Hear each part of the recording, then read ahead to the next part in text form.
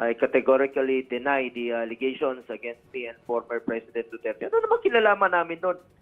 Importante po, nakialam ba ako? Meron ba akong tinawagan na ibibigay dito? Paboran po itong half-brother ko o kamag-anak ko? Wala po.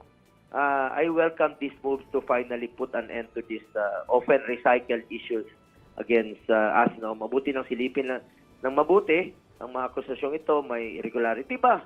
Dapat tingnan po ito ng COA. May naging transaction ba na disadvantageous sa gobyerno? Sumunod ba sila sa proseso? May ninakaw bang pera? Plunder? Ininakaw ba kami?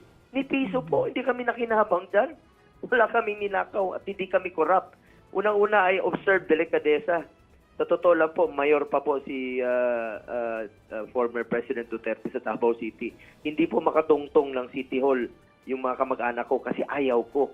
Sabi ko, pag tumungtong kayo rito, I will resign. Nung naging presidente siya, hindi rin po sila nakatungtong doon.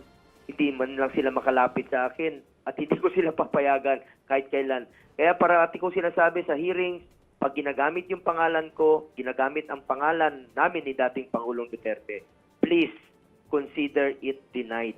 Huwag niyo pong pansinin, huwag niyong bigyan ng pabor dahil ayaw po namin. And I observed delikadesa ever since. So, malinis po ang aking konsensya.